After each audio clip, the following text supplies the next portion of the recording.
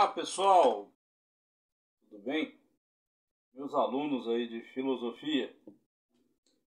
Bem, vamos falar hoje, conforme eu havia prometido, sobre os pré-socráticos.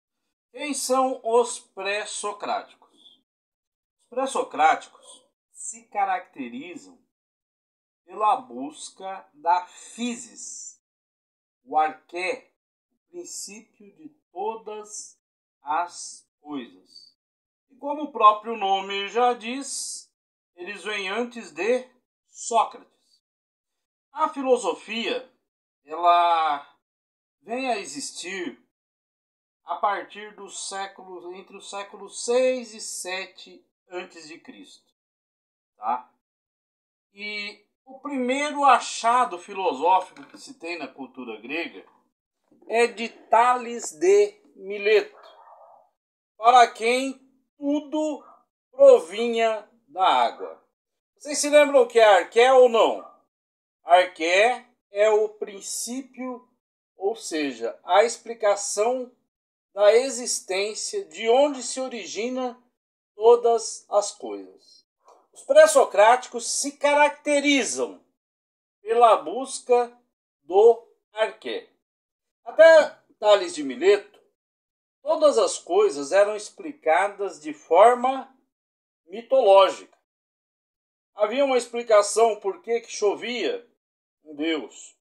Por que ventava, era um deus que estava soprando em uma caverna. E cada cultura explicava as coisas do seu próprio modo e da sua própria forma. Tales de Mileto chega ali e rompe com isso. E ele começa a dizer que as coisas existem porque tudo se origina da água. Da água. O que ele quer dizer com isso? Como que ele chegou a essa conclusão? Ele chegou a essa conclusão de forma muito simples. Ele observava que se você tirasse a água de todas as coisas tendiam a morrer. Simples assim. Se você tirava a água de uma planta, logo ela tendia a morrer. Quando um sujeito morria, ele ia soltando líquido e logo deixava de existir. Então, para ele, todas as coisas, o arqué, o princípio de tudo, era a água. Para Anaximandro, o princípio de todas as coisas era mais subjetivo, por assim dizer. Ele dizia que o princípio de todas as coisas era o aperion, uma substância que daria origem a todas as coisas. Para Anaximenes, o princípio de todas as coisas era o ar. Então, cada filósofo desta época dos pré-socráticos buscavam explicar a natureza a partir do arqué.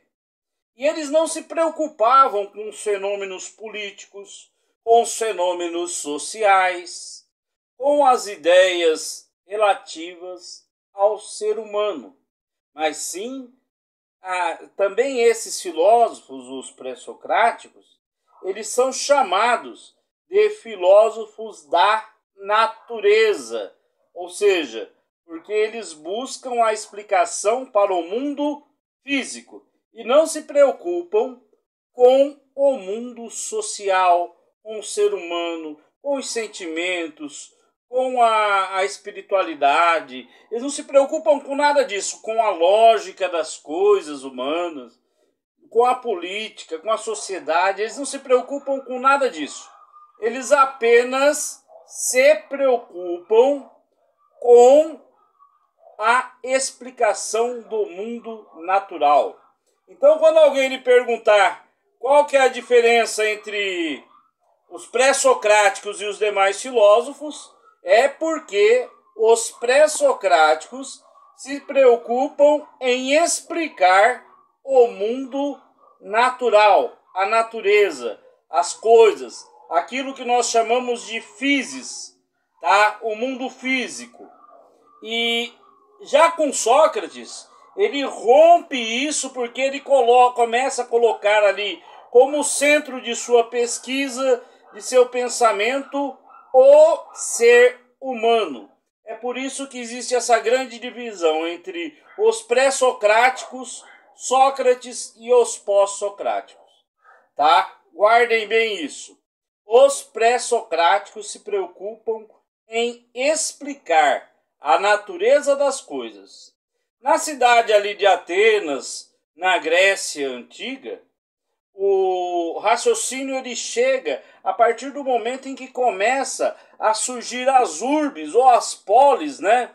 Que são as cidades que existem ali. E as polis, ela traz o homem do campo para a cidade, e nesse trazer o homem do campo para a cidade, ela também começa a criar muito comércio entre uma cidade-estado e outra, entre uma cultura e outra. E o que ocorre ali? Por que a filosofia surge disso? A filosofia surge disso por quê?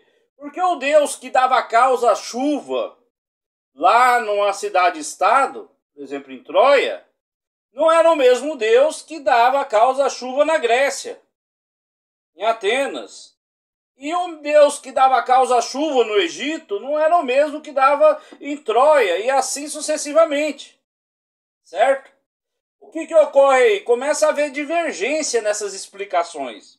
Por que chove? Por que a terra produz? Então o ser humano ele começa a se questionar: qual é a origem real de todas as coisas? Como nós podemos explicar isso de uma forma lógica, que não caia em contradição uma explicação com a outra? Pois a explicação mitológica caía em contradição. E esse comércio, esse viajar de uma cidade-estado a outra, de ter contato de uma cultura com a outra, ali durante o comércio, começa a despertar a curiosidade dos grandes sábios da época.